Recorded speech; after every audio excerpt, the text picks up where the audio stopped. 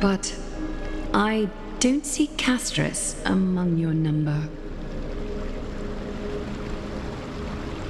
It looks like she not only helped me prove my theory, but helped you fulfill your mission as well.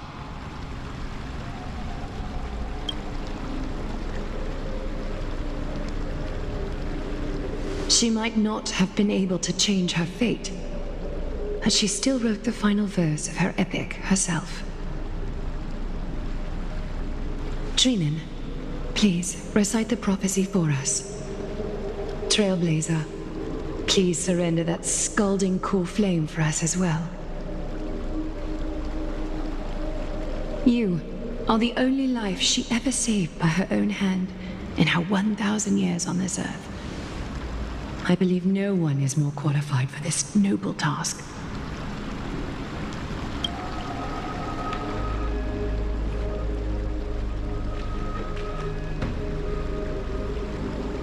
O gods who have returned, and gods who are still watching, today we bring you a soul laid bare. The Hand of Shadow, Thanatos, remembered their name from the past. From daylight they came, and to their fragrant dwelling they return, to walk now among your ranks. And there was one who joined hands with the Titan, a traveler risen from the dead and reborn among mortal kind. He is the everlasting night, and shall now proclaim in his good name, O Majesty of the 12 Titans, pillars of the world, we seek your divinity to mend the rifts of the world. Fill our bodies with blood of gold till we wither in willing service to the prophecy. Step forward, trailblazer from beyond the sky, and together with us, surrender the core flame and carve their star into the sky.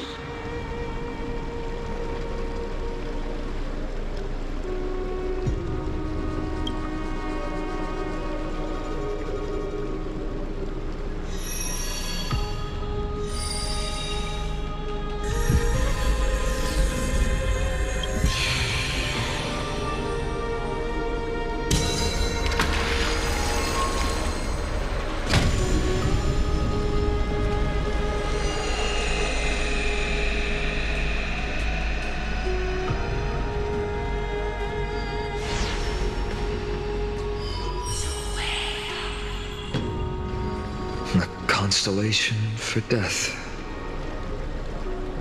For life and death, to be more precise.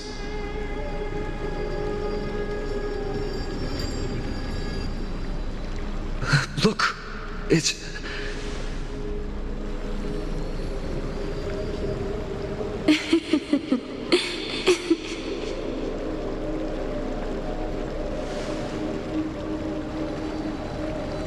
No, it's only a divine echo. I think she's here for the trial.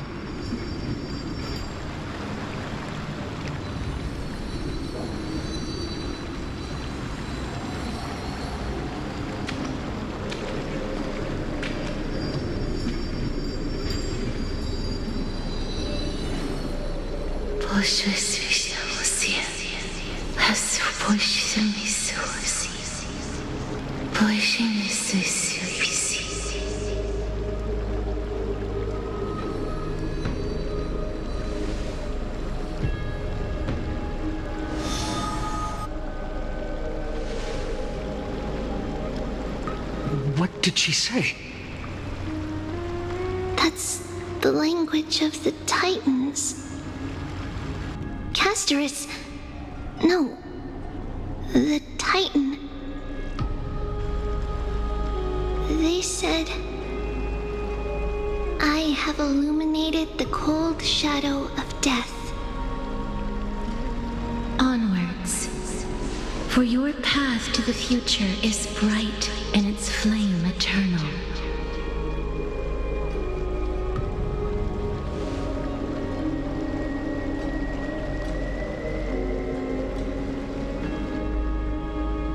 Do not forget.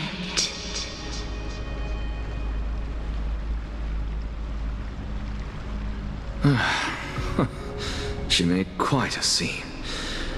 I suppose it's my turn now. I won't stop you. Professor, you... What's with that look? You were present. So, let's get this execution over with. We wouldn't want to bring shame to Akuma's divine laws or keep me from creating a new world.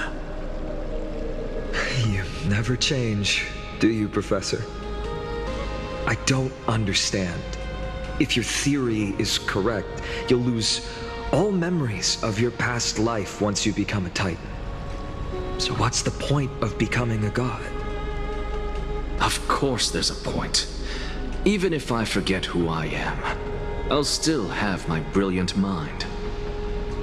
It goes without saying, I'll find a way to retrieve memories of my past life. Besides, I still have you, don't I? I still don't really understand what you said during the assembly. Even if it were true, things reforged from memory could never be the same as the original anyway. Then allow me to tell you right now that you're wrong. What exactly are we? My answer is that the Chrysos heirs are the future Titans and vice versa. Of course, this answer only applies to us. So, what are we when it comes to regular mortals? The very essence of the world, our souls, are tiny invisible seeds that hold records of each person's memories of the world. And we are the buds that sprout from these seeds to grow into great trees. Is that what new sporism means? Correct. Once our physical bodies are born, we become new extensions of the world. From there, we plant our seeds into someone's memories and then scatter them into the hearts of countless people in the future. Just as seeds are affected by their environment, so too will our appearances differ across memories. But the partial memories we carry will always be the same, because that is just how the world is. To destroy our very existence, one must destroy the world itself. But we have someone who will still live on with his perfect memory. That person is you, child of Kefali. This is what it means to be the world-bearing Titan. So, carry everything of this world and live on. Don't disappoint those most precious to you. Don't disappoint Lady Goldweaver. And especially, don't bring dishonor to my theory. Anaxa, I swear to you, I'll lead everyone to our reunion in the new world. Good. That is all I have to say. Farewell, everyone. May we meet again in the next life. Farewell, great performer. May Circes safeguard your thoughts.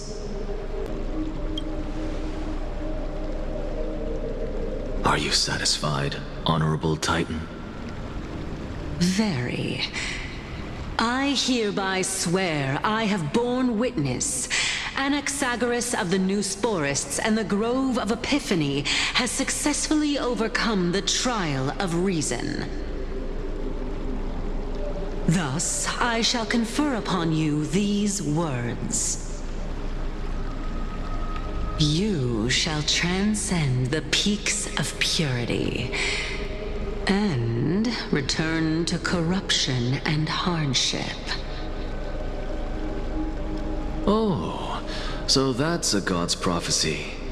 It sounds like you just rephrased my past, present, and future. Oh, Circes. Is that all you've got? Well, you've already transcended the peaks of purity, and you were never the type to give me any leeway. That is true. But I do still have one question. I knew it. What is it? Maybe we're thinking of the same thing. As you've so boldly stated, we and the world itself live on through the memories of others. If that is the case, whose memories did the very first new spore sprout from? How should I know?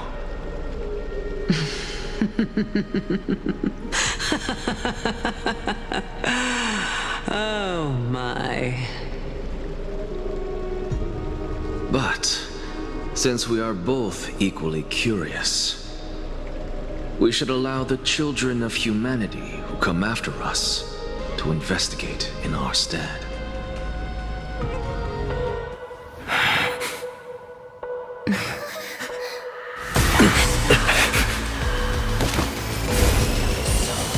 Rejoice, Circes. I sow the seeds of suspicion in the new world with your soul! And now, the objective is complete. That is all.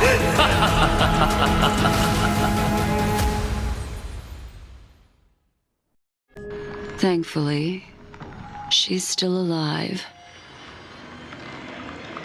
Was March 7th also in this condition when she was first rescued by the Express?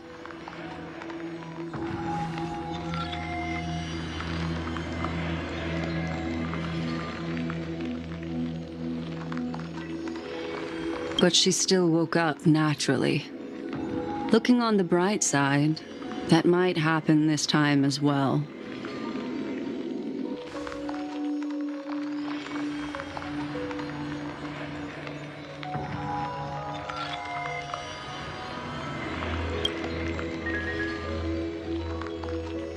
I do not have conclusive evidence, but judging by her current condition, perhaps March 7th's memories have been hijacked.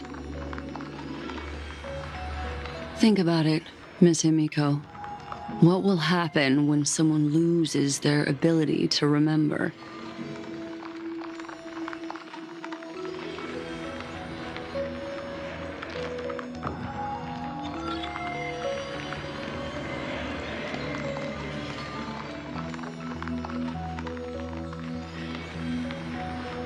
Unfortunately, short-term memory is an entirely different concept from the inability to remember.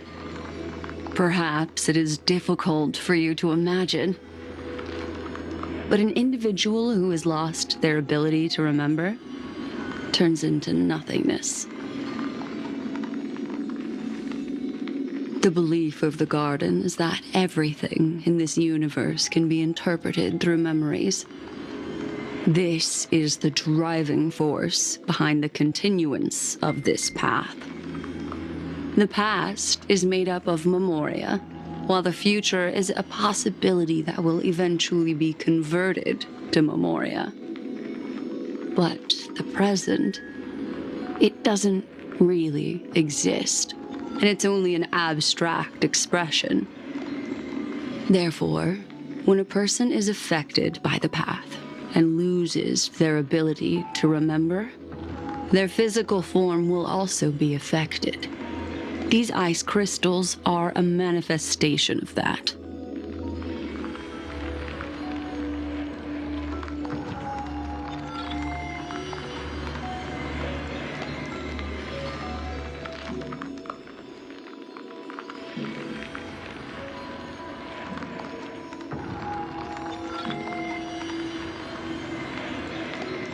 Is Miss Himiko suspicious of me?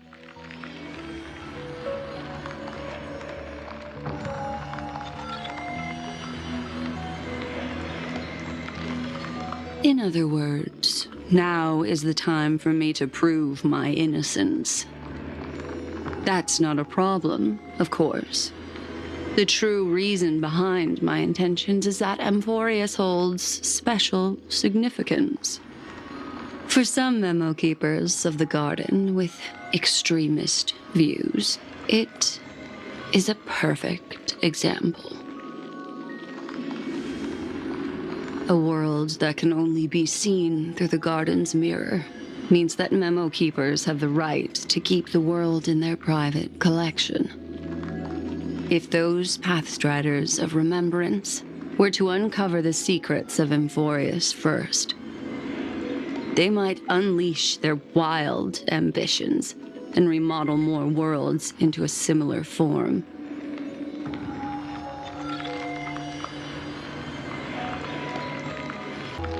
I chose to remain quiet before because I did not want to involve you in the garden's internal conflicts.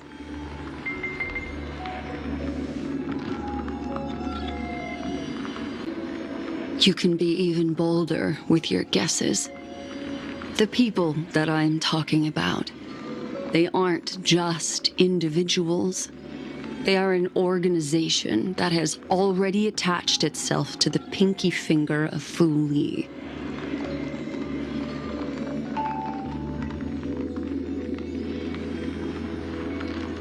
I cannot be certain, but at the very least, they are capable of doing so. I am deeply sorry about what has happened to March 7th, but the deal that I propose still remains a fair one. Amphorius is still an excellent destination, and investigating further might allow us to uncover the truth behind the accident. Miss Himiko, the wisest choice right now is for us to continue cooperating.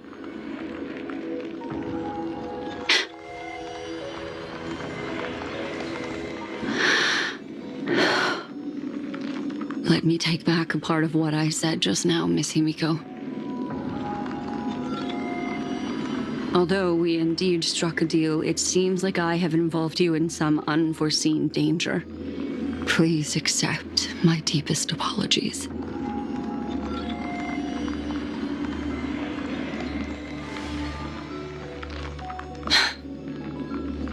It's Fu Li. Their gaze has just swept across Amphorius. Oh, how interesting. I never expected a mere memo snatcher to be actually hiding so much inside her head. What's even more interesting is that the word Amphorius has appeared in her subconscious. This lady seems to be having fun. Is she usually like this? It's hard to explain.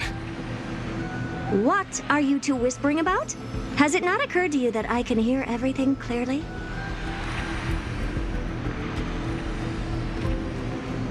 Oh, please pardon me, Madam Herta.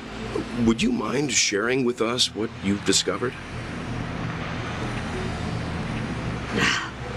The ones who need help are the Astral Express. You will have to put up with my methods, even if they are rather unconventional.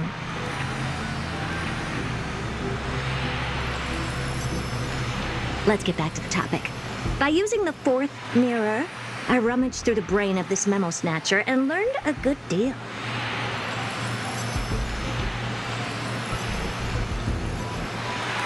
Not only does this person know of Amphorius, but there are also many memo keepers who are interested in the place.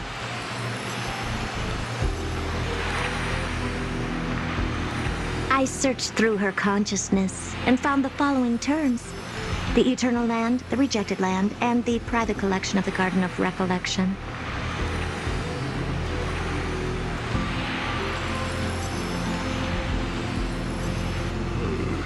It seems like Miss Black Swan is indeed hiding some things from us.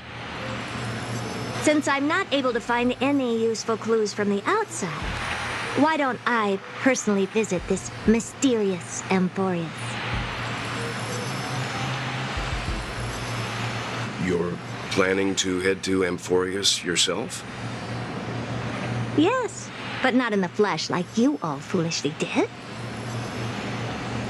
See these Herta mirrors? With them, I can project my data spirit entity to any corner of the cosmos through spatial warps, without even needing to leave my room. But of course, these corners of the cosmos must be within the coverage zone of inter-astral peace communications. After all, this is collaborative technology. I see. You do seem like the more indoor type. Although that star zone is not within the network of the IPC, the Express itself can serve as a signal station. Come, give me the astral chart coordinates.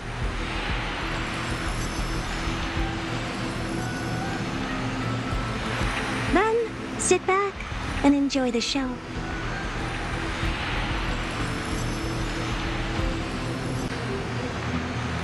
All right, now that everything is ready, mirrors, get to work.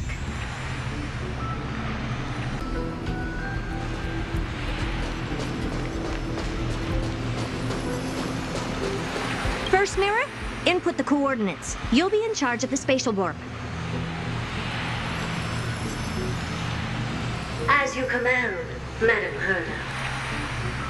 The preparations are complete. I wish you a pleasant journey ahead.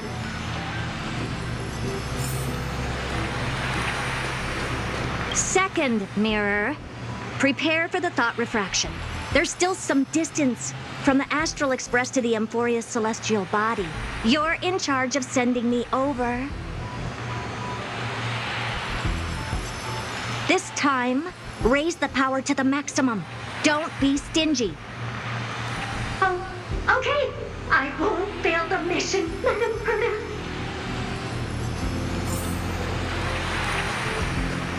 Third mirror, you're in charge of generating the data spirit entity.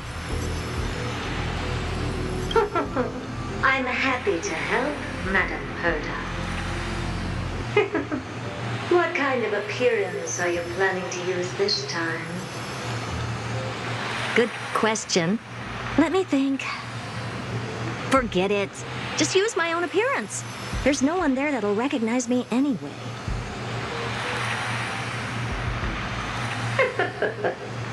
As you wish.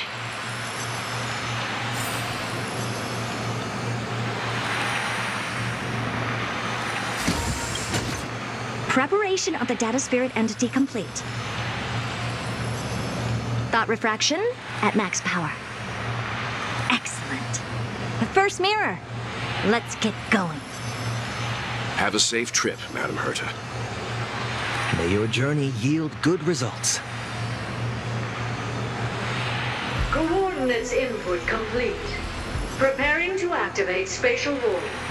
Destination, unknown celestial body, Amphorius. Spatial warp countdown. 5, 4, 3, 2, 1. Warp activated.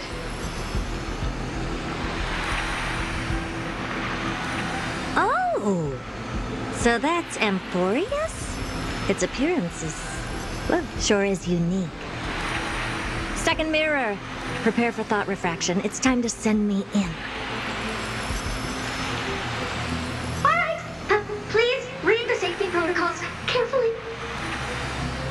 Can't you hurry up? Yes, ma'am. I didn't expect it to be so turbulent. I should have asked the second mirror to use slightly less power.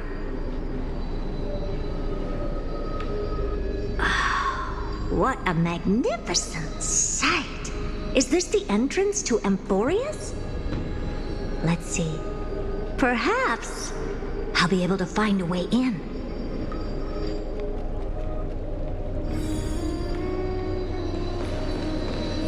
What's this? A statue? It's ugly. I don't like it.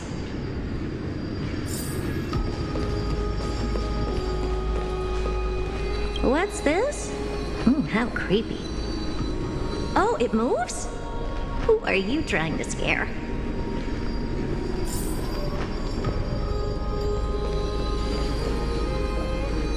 Oh, I finally found your traces. How esteemed must you be for the great Herta to come out personally? When we return, get ready to become free labor for the simulated universe for the rest of your lives. It's either a projection or a fake. There doesn't seem to be much to take note of. Now then, how am I going to get into Amphorius?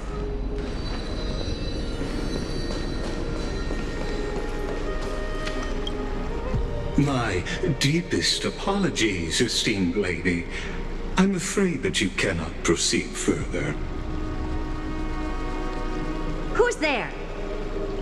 Your visit, although not part of my calculations, is a pleasant surprise.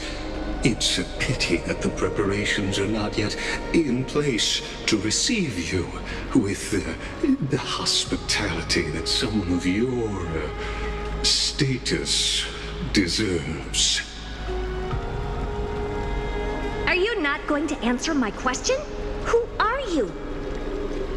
I have many identities, and I'm going to have even more in the future.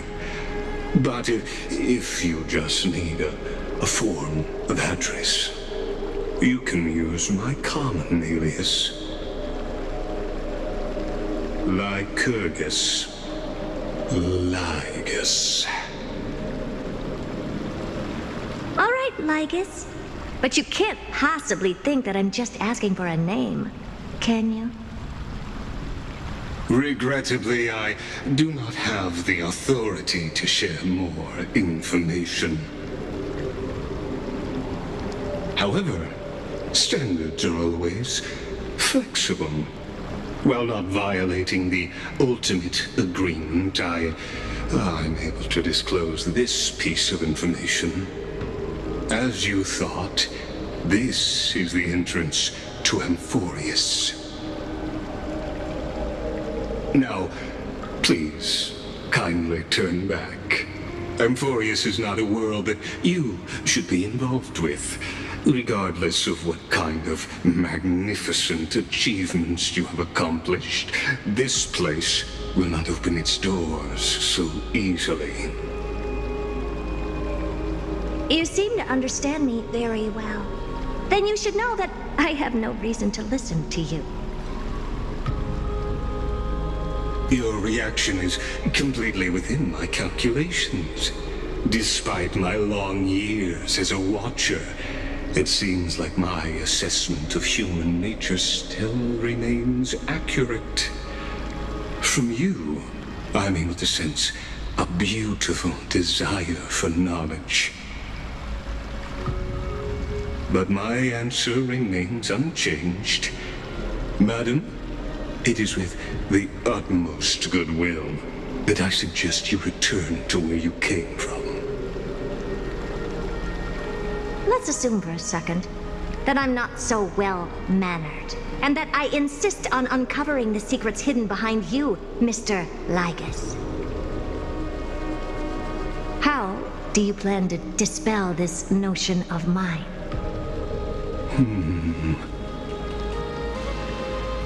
Within the scope of the ultimate agreement, there are 178,244 logic chains at my disposal to convince you.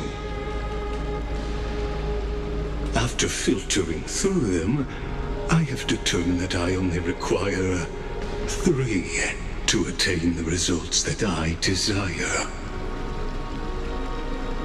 Oh? I'm all ears. First, for reasons that cannot be disclosed, Amphorius is a completely isolated celestial body. Apart from me, no one else will be able to help you enter. That's not a good argument. Second, if your plan is as you've alluded to previously, to force me into cooperating by showing hostility, do know that, just like you, I have basked in the gaze of the erudition. I stake my honor and assure you that, in the worst-case scenario, our mutual destruction will be inevitable. Oh? No wonder I couldn't find a back door. When I did a scan of our surroundings, the safety protocols on you are comparable to Screwy's. How interesting. I assume that you still wish to hear the third logic chain?